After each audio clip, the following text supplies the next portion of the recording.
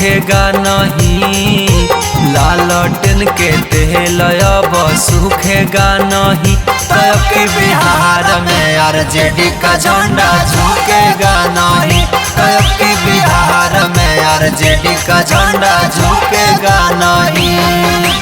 यादव भूमि हार अब रुकेगा नहीं, चौधरी चौहान अब रुकेगा नहीं। तब के बिहार में आरजेडी का झंडा झुकेगा नहीं, तब के बिहार में आरजेडी का झंडा झुकेगा नहीं।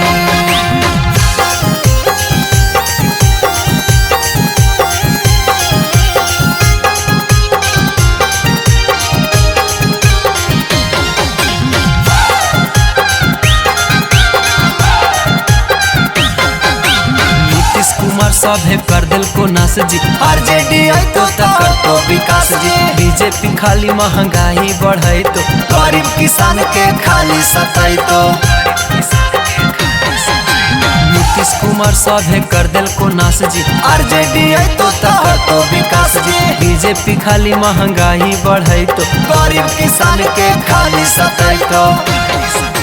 तेजस्वी यादव के कहला वादा टूटेगा नहीं, तेजस्वी यादव के कहला वादा टूटेगा नहीं।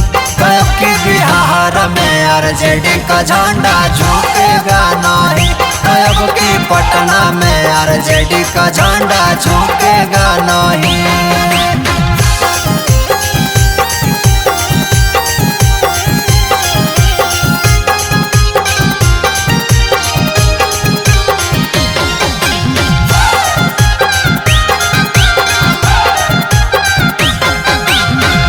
बिना सभे है बेरोजगार जी, लालू बिना नहीं हो तो सुधार जी। टाइगर के बतिया पकड़ा विचार जी, बदला जाए तो जल्दी बिहार जी।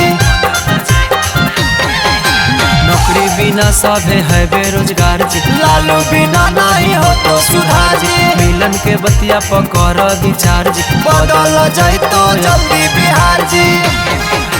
लालटेन का मोहर अब की छूटेगा नहीं, लालटेन का मोहर अब की छूटेगा नहीं।